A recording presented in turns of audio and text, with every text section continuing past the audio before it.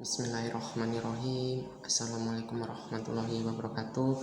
Perkenalkan, nama saya Tegar Tirkoradi dengan nomor BP 2013009. Saya dari jurusan Teknologi Rekayasa Bioproses Energi Terbarukan Politeknik Ati Padang. Saya di sini akan menjelaskan tentang yang pertama, konsep neraca massa. Yang kedua yaitu termokimia. Yang ketiga, keadaan standar. Yang keempat yaitu termofisika. Baik, kita masuk ke definisi neraca energi.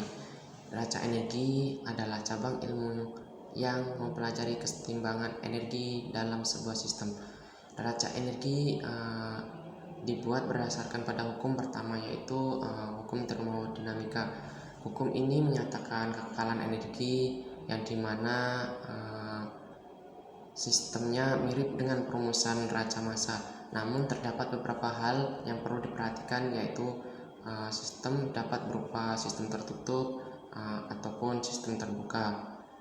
Di sini kita contohkan saja suatu neraca energi memiliki persamaan, yaitu energi masuk sama dengan energi keluar ditambah energi akumulasi. Tidak seperti neraca massa yang memiliki variabel produksi. Terus di sini juga ada untuk kalor masuk ditambah kalor produksi sama dengan kalor keluar ditambah kalor akumulasi, dengan kalor luas pada bidang ilmu murni seperti fisika, biologi, kimia, dan geografi. Di sini kita masuk ke konsep neraca energinya. Untuk macam-macam energi di bumi ini yang kita saat ini pakai atau kita lakukan gitu, pasti ada macam-macam banyak energi.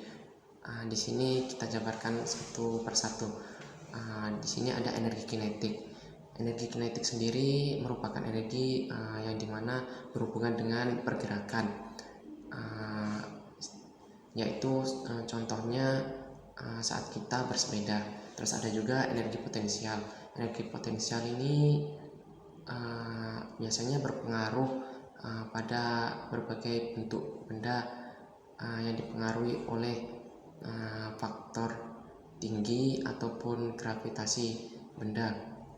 Contohnya aja suatu benda jatuh dari gedung tinggi.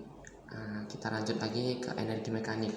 Kalau energi mekanik ini penggabungan dari dua energi yang sebelumnya, yaitu energi kinetik dan energi potensial. Energi mekanik ini sama dengan energi kinetik ditambah energi potensial.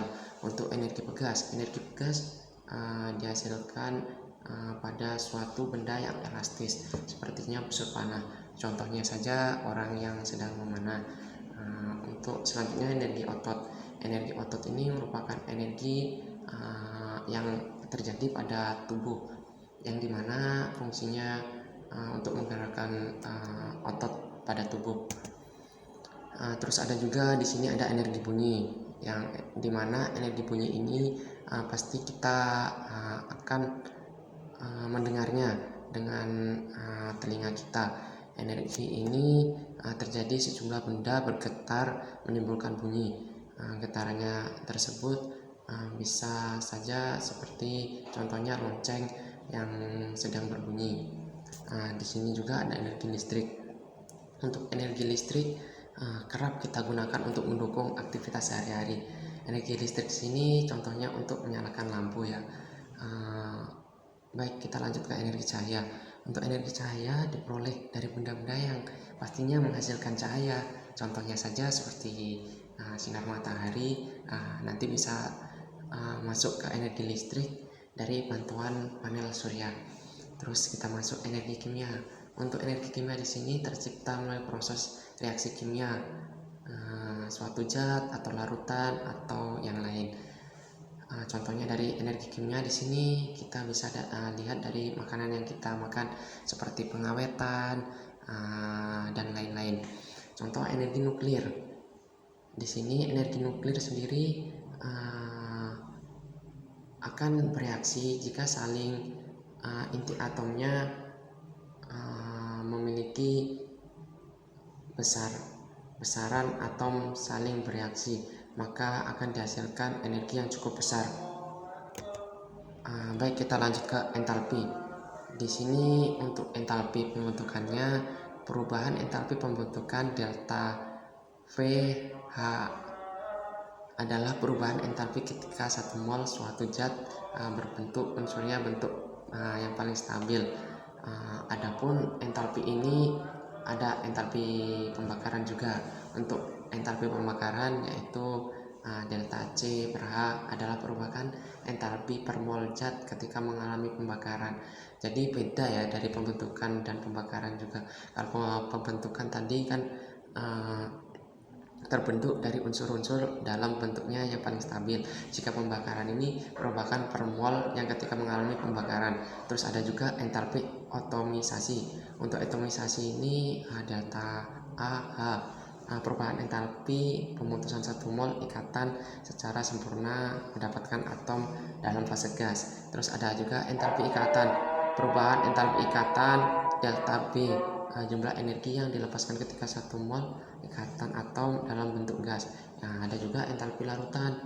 Untuk entalpi larutan yaitu delta SH adalah perubahan ketika entalpi 1 mol terlarut sehingga pengencerannya lebih lanjut terjadi perubahan kalor.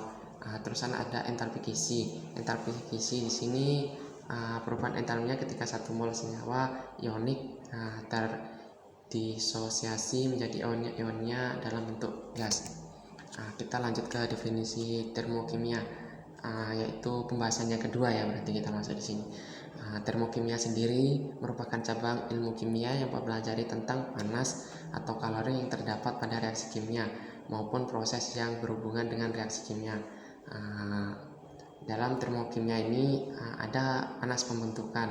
Untuk panas pembentukan ini memiliki standar ketika entalpi 1 mol senyawa pembentukan unsur-unsurnya merupakan perubahan entalpi peleburan 1 mol juga zat padat menjadi cair, seperti itu. Untuk rumus panas pembentukannya yaitu Q sama dengan MC dalam kurung T2 dikurang T1. Q adalah kalori yang dibutuhkan dengan satuan J. Bisa dilihat juga di sini ada tabel delta H F ya, beberapa zat seperti H2 zatnya, delta HF nya dengan satuan kilojoule per mol. Di sini zat-zatnya dan delta HF nya pasti memiliki nilai berbeda masing-masing suatu zat. Kita lanjut ke panas reaksi. Di sini panas reaksi didefinisikan sebagai energi yang diserap oleh sistem ketika produk setelah reaksi dikembalikan pada suhu yang sama dengan reaktan. Rumus panas reaksi yaitu kalau reaksi delta H sama dengan Q per N. Keterangan kalau reaksi dengan satuan Kj, delta H sama dengan perubahan entalpi dengan satuan kilojoule per mol. Untuk N-nya yaitu mol yang bereaksi. Salah satu penggunaan data panas reaksi pembakaran standar di sini pembentukannya tidak terjadi secara alamiah. Terus di sini ada juga pembakaran dari hidrokarbon bereaksi dengan oksigen, maka nanti pembakarannya itu pasti akan sempurna dibandingkan yang saya bilang tadi. Untuk rumus dan data panas pembakaran, persamaan termokimia dari reaksi pembakaran 1 mol gas metana yang membebaskan energi sebesar 802 kJ. Misalnya contohnya ini CH4 ditambah 2O2 menjadi CO2 ditambah 2H2 dengan delta Hc nya sama dengan min. Dia dari plus tadi energi sebesarnya menjadi min. Minnya di sini 802 kJ. Baik, kita lanjut keadaan standar. Untuk keadaan standar di sini dari suatu material adalah titik referensi yang digunakan untuk menghitung sifatnya dalam kondisi yang berbeda. Keadaan standar dari suatu material pasti suhu bukanlah merupakan suhu keadaan standar di sini akan berbeda-beda. Suhu yang paling sering digunakan yaitu 298,15 Kelvin, 25 Celcius, 77 Fahrenheit, atau terkadang dan tak umum. Untuk keadaan standar seharusnya tidak terbilang dengan suhu dan tekanan standar. Untuk material suatu zat, keadaan standar adalah keadaan referensi yang dimana berbagai sifat materialnya seperti entalpi, entropi, energi bebas, Gibbs, dan unsur dalam keadaan standar adalah dibilang nol. Konveks ini mungkin berbagai zat tidak harus ada di alam. Misalnya adalah mungkin untuk menghitung nilai uap pada suhu tertentu walaupun uap tidak ada sebagai gas di bawah kondisi tersebut. Baik, kita masuk ke yang terakhir, yaitu definisi termofisika. Untuk termo adalah panas dan fisika adalah ilmu yang mempelajarinya. Jadi di sini energi, panas, kerja, entropi, dan kespontanan proses itu saling berkaitan hubungannya dengan mekanika statis, di mana banyak hubungan termofisika berasal pada sistem di mana terjadi proses perubahan wujud atau pertukaran energi. Untuk termofisika ini menyangkut pada suhu dan kalor, di mana hal tersebut tidak dapat dipisahkan dalam aspek panas. Untuk suhu sendiri menyatakan derajat panas suatu benda. Untuk kalor sendiri di sini energi berpindah dari benda suhu yang tinggi ke benda suhu yang rendah ketika benda tersebut bersentuhan atau saling bereaksi satu sama lain. Baik, definisi panas sensibel. Untuk definisi panas sensibel, yang pertama-tama kita harus tahu panas terlebih dahulu. Di sini panas adalah energi yang diterima oleh benda sehingga suhu benda atau wujudnya berubah. Untuk panas jenis ini sensibel kan. Panas ini menyebabkan terjadinya kenaikan penurunan temperatur, tetapi fasa wujudnya tidak berubah. Seperti ilustrasi panas sensibel gambar tersebut. Di sini kita lihat ada dua contoh. Yang pertama dengan suhu 30 Celcius menjadi suhu 70 Celcius, maka menandakan di sini terjadi kenaikan dari suhu tersebut, tetapi fasa wujudnya tidak berubah. Seperti itu dengan rumus Q sama dengan MC delta T. Untuk Q sendiri yaitu kalor sensibel dengan satuan joule, M yaitu massa dengan satuan kilogram, C yaitu kalor jenis dengan satuan joule per kilogram Celcius. Untuk delta T nya ini yaitu perubahan temperatur dengan satuan Celcius. Baik, kita lanjut ke definisi panas laten. Untuk panas laten di sini yaitu panas yang diperlakukan untuk merubah fasa wujud benda, tetapi temperaturnya tetap. Berbeda kan dengan definisi panas sensibel tadi.